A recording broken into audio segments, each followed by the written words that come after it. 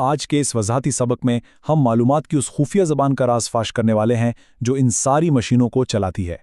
सोचिए, कंप्यूटर आखिर किस तरह सोचते और समझते हैं। कंप्यूटर की इस पोशीदा और दुनिया को बदल देने वाली बाइनरी ज़बान को समझना निहायत दिलचस्प सफ़र है। तो चलिए शुरू करते हैं। आज के अहम मौज़ूआत में शामिल हैं आदादी निज़ाम का तारुफ, सानी और आशारी निज़ाम, ऑक्टल और हेक्साडेसिमल निज़ाम, इनकी आपस में तब्दीली, डेटा की नुमाइंदगी और आखिर में कॉम्प्लीमेंट्स और मनफी आदात का बेहतरीन तसव्वुर। पहला हिस्सा, अदादी निज़ाम का तारुफ। इंसानी दुनिया में हम डेसिमल निज़ाम यानी बेस 10 इस्तेमाल करते हैं। इसमें 0 से 9 तक के हिस्से होते हैं, लेकिन मशीनों की हकीकत इससे बिल्कुल मुख्तलिफ है।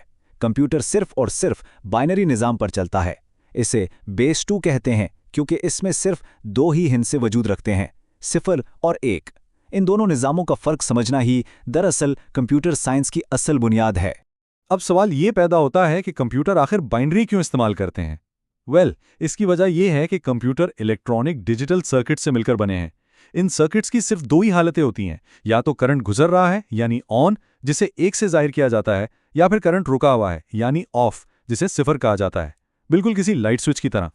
दूसरा हिस्सा, साइनी और आशारी निज़ाम। अब आते हैं मैथ्स की तरफ। रोज़मर्रा के बेस 10 एदाद को कंप्यूटर की बेस 2 ज़बान में बदलने का बुनियादी उसूल निहायत ही आसान है। करना बस ये है कि किसी भी आशारी अदद को बार बार 2 से तकसीम करना है और जो बाकी यानी रिमाइंडर बचे उसे अलग से कलमबंद करते जाना है। चलिए इस मैथमेटिकल अमल को स्टेप बाय स्टेप देखते हैं ताकि दिमाग पर बिल्कुल बोझ ना पड़े। पहला स्टेप, अदद को 2 से तकसीम करना।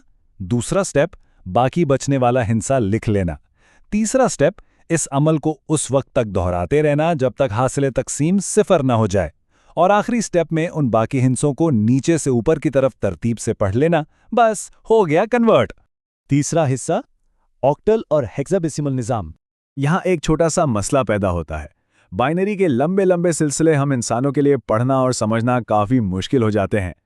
इस मसले का बेहतरीन हल ऑक्टल निज़ाम में छुपा है। ऑक्टल यानी बेस 8 निज़ाम बाइनरी के साथ बहुत गहरा ताल्लुक रखता है।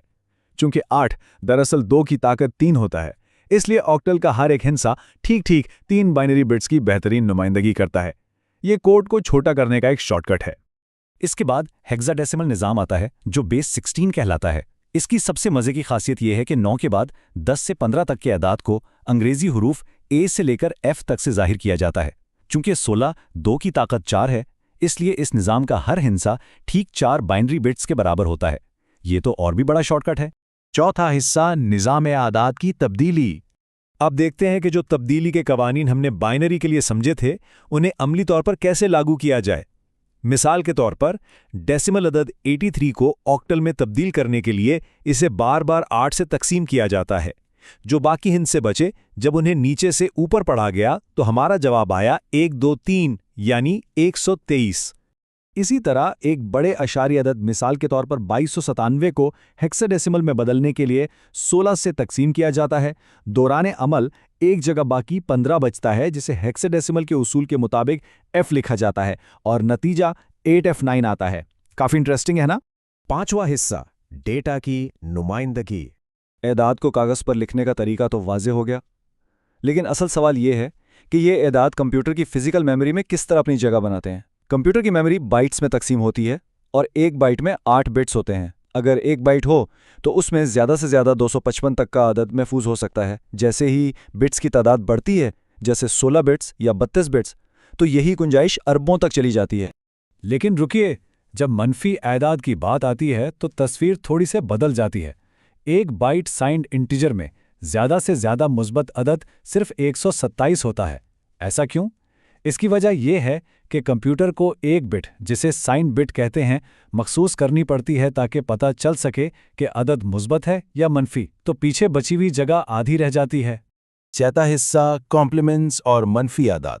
सबसे अहम नुक्ता यह है कि कंप्यूटर के पास माइनस का कोई ज़ाहिरी निशान नहीं होता। उसे पता ही नहीं माइनस क्या है।